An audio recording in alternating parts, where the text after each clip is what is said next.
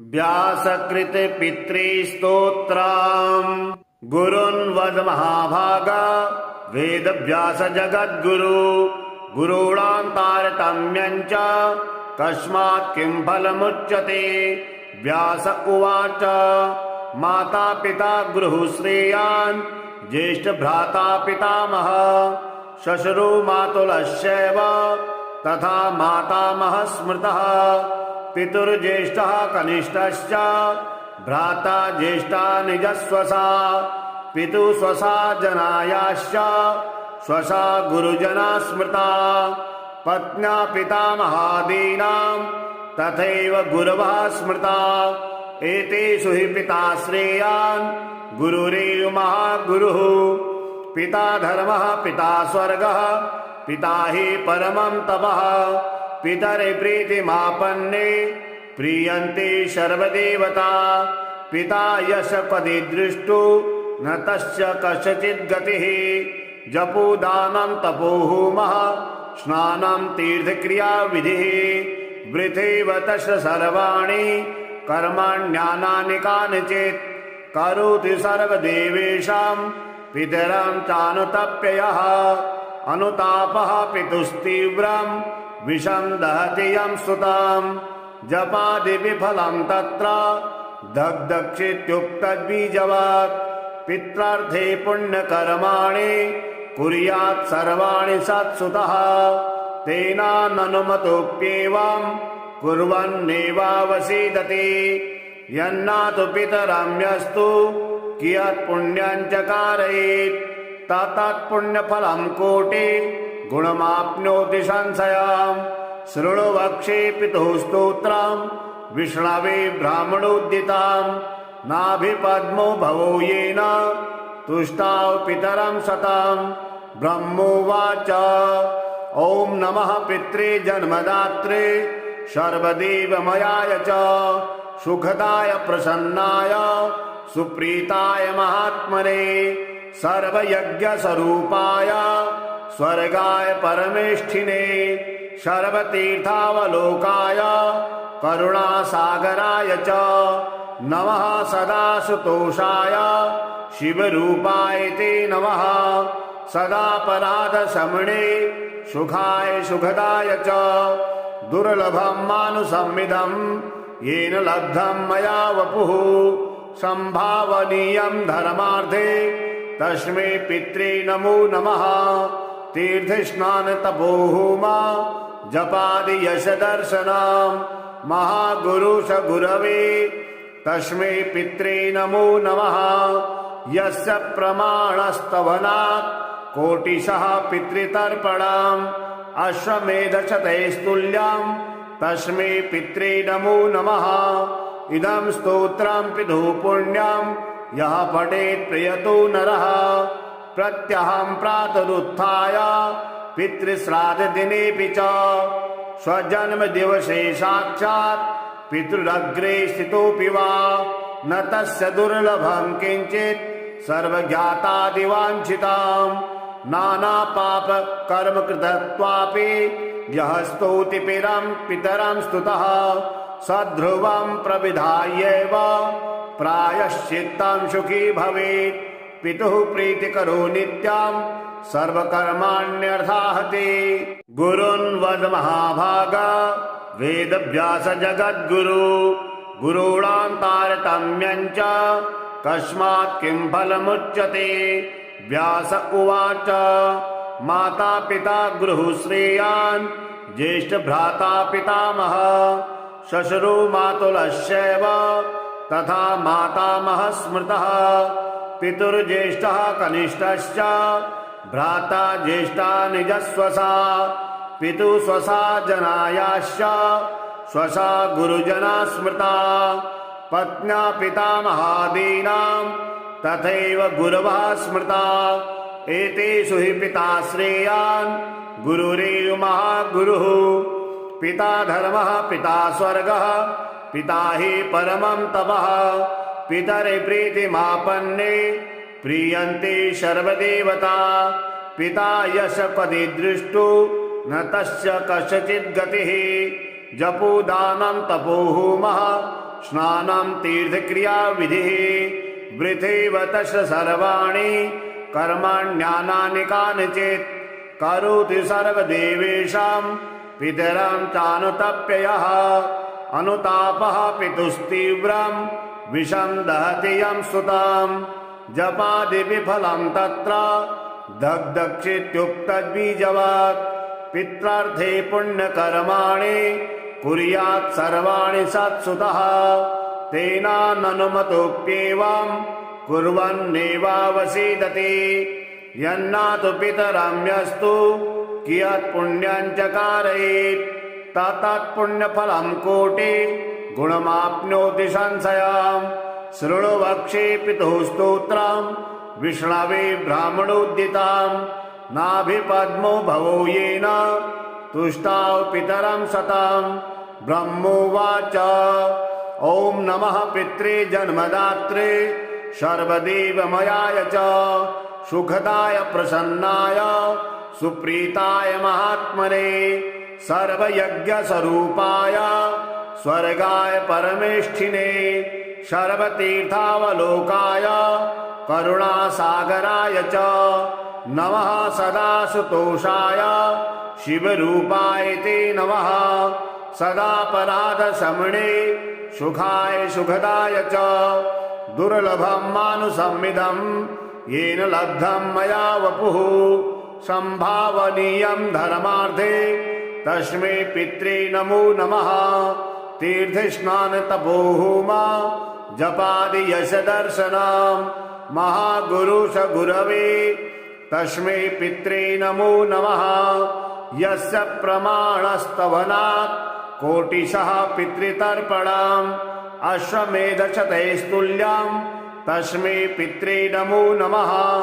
इदं स्तोत्रं पितुः पुण्यं यः पठेत् प्रयतो नरः प्रत्यहं प्रातरुत्थाय पितृश्राद्धदिनेऽपि च स्वजन्मदिवसे साक्षात् पितृरग्रे स्थितोऽपि वा न तस्य दुर्लभं किञ्चित् सर्वज्ञातादिवाञ्छिताम् नानापापकर्मकृतत्वापि यः स्तौति पितरं स्तुतः सध्रुवं प्रविधायैव प्रायश्चित्तं सुखी भवेत् पितुः प्रीतिकरो नित्यं सर्वकर्माण्यर्थाहते गुरुन् वद महाभागा वेदव्यास जगद्गुरु गुरूणां तारतम्यं च कस्मात् किं फलमुच्यते व्यास उवाच माता पिता गृहुश्रेयान् ज्येष्ठभ्राता पितामह श्वशुरो मातुलश्चैव तथा मातामहः स्मृतः पितुर्ज्येष्ठः कनिष्ठश्च भ्राता ज्येष्ठा निजस्वसा पितुः स्वसा जनायाश्च स्वसा गुरुजना स्मृता पत्न्या पितामहादीनां तथैव गुरवः स्मृता एतेषु हि पिता श्रेयान् गुरुरेव महागुरुः पिता धर्मः पिता स्वर्गः पिता हि परमं तपः पितरि प्रीतिमापन्ने प्रीयन्ते सर्वदेवता पिता यशपदि दृष्टो न तस्य कस्यचित् गतिः जपो दानं तपो होमः स्नानं तीर्थक्रियाविधिः वृथैव तस्य सर्वाणि कर्माण्यानानि कानिचित् करोति सर्वदेवेषां पितरं चानुतप्ययः अनुतापः पितुस्तीव्रं विषं दहति यं सुतां जपादिविफलं तत्र दग्धक्षित्युक्तद्बीजवत् पित्रार्थे पुण्यकर्माणि कुर्यात् सर्वाणि सत्सुतः तेनाननुमतोऽप्येवं कुर्वन्नेवावसीदति यन्नातु पितरं यस्तु कियत् पुण्यं च कारयेत् तत्पुण्यफलं कोटि गुणमाप्नोति संशयम् शृणु वक्षे पितुः स्तोत्रं विष्णवे ब्राह्मणोद्दितां नाभिपद्मो भवो येन तुष्टाव पितरं सतं ब्रह्मोवाच ॐ नमः पित्रे जन्मदात्रे सर्वदेवमयाय च सुखदाय प्रसन्नाय सुप्रीताय महात्मने सर्वयज्ञस्वरूपाय स्वर्गाय परमेष्ठिने सर्वतीर्थावलोकाय करुणासागराय च नमः सदासुतोषाय शिवरूपाय ते नमः सदापराधशमने सुखाय सुखदाय च दुर्लभं मानुषमिदं येन लब्धं मया वपुः संभावनीयं धर्मार्थे तस्मै पित्रे नमो नमः तीर्थस्नानतपोहोमा जपादि यश दर्शनम् महागुरुश गुरवे तस्मै पित्रे नमो नमः यस्य प्रमाणस्तवनात् कोटिशः पितृतर्पणम् अश्वमेधशतैस्तुल्यं तस्मै पित्रे नमो नमः इदं स्तोत्रं पितुः पुण्यं यः पठेत् प्रयतो नरः प्रत्यहं प्रातरुत्थाय पितृश्राद्धदिनेऽपि च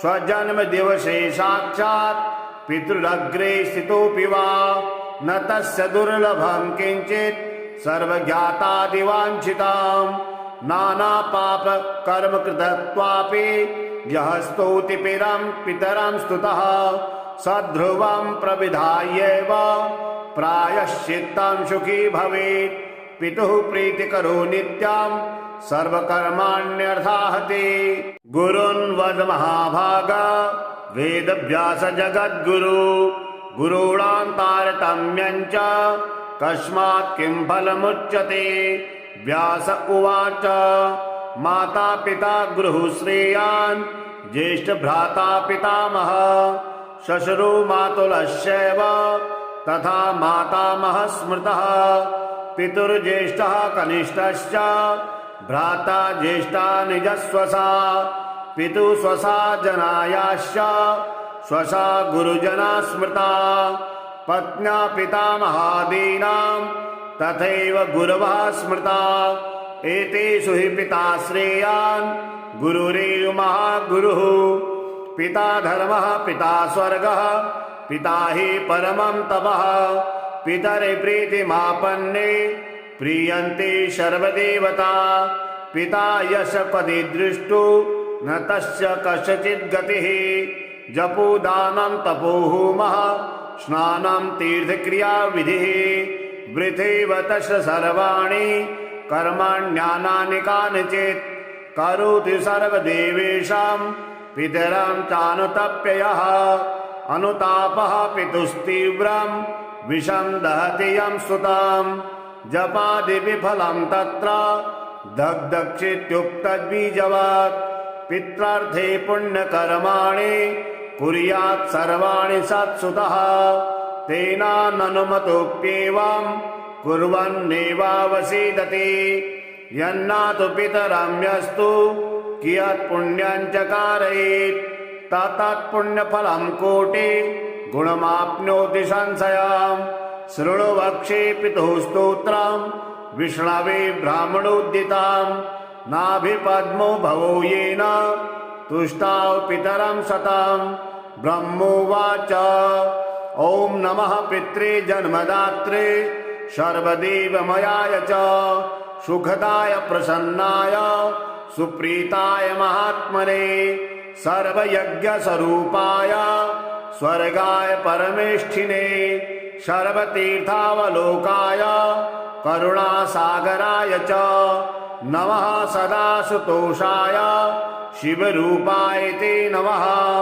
सदापराधशमने सुखाय सुखदाय च दुर्लभं मानुषमिदं येन लब्धं मया वपुः संभावनीयं धर्मार्थे तस्मै पित्रे नमो नमः तीर्थस्नानतपोहोमा जपादि यश दर्शनम् महागुरुश गुरवे तस्मै पित्रे नमो नमः यस्य प्रमाणस्तवनात् कोटिशः पितृतर्पणम् अश्वमेधशतैस्तुल्यं तस्मै पित्रे नमो नमः इदं स्तोत्रं पितुः पुण्यं यः पठेत् प्रयतो नरः प्रत्यहं प्रातरुत्थाय पितृश्राद्धदिनेऽपि च स्वजन्मदिवसे साक्षात् पितृरग्रे स्थितोऽपि वा न तस्य दुर्लभं किञ्चित् सर्वज्ञातादिवाञ्छिताम् नानापापकर्मकृतत्वापि यः स्तौति पितरं स्तुतः सध्रुवं प्रविधायैव प्रायश्चित्तं सुखी भवेत्। पितुः प्रीतिकरो नित्यं सर्वकर्माण्यर्थाहते। गुरुन् वद महाभागा वेदव्यास जगद्गुरु गुरूणां तारतम्यं च कस्मात् किं फलमुच्यते।